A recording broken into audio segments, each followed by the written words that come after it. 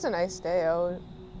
I was wearing a tank top, I think, so it was warm. We were just out driving around, just goofing off. And there never really was much concern about him until the evening when we were getting ready for dinner. Then a different feeling came over when she didn't respond to a text saying that supper was ready. It was a very enjoyable day up until that point. My friend Ryan went out just to check on him, see what was going on. He ended up finding her first, unresponsive and unconscious. I got the message that said, she's been in an accident, you need to be available immediately. At that point, we were just waiting for the paramedics to arrive.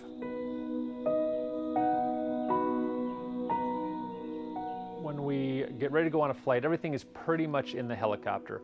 The only thing that we have to grab before we actually launch on a flight is our blood. I knew as soon as I heard there was a helicopter involved, this was a very serious accident.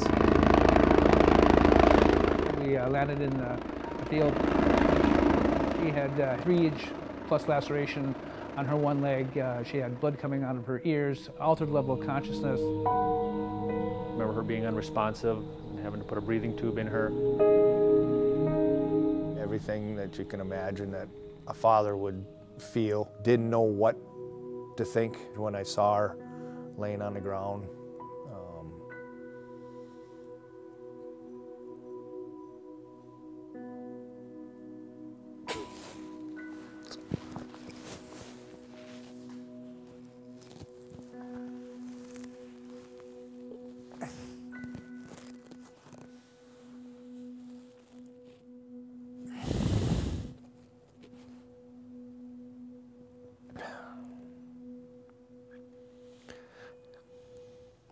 I guess I thought of the worst at first.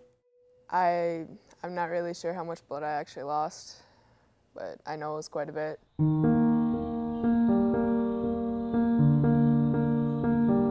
We carry 2 units of O-neg, which is the universal donor. Anybody can receive it.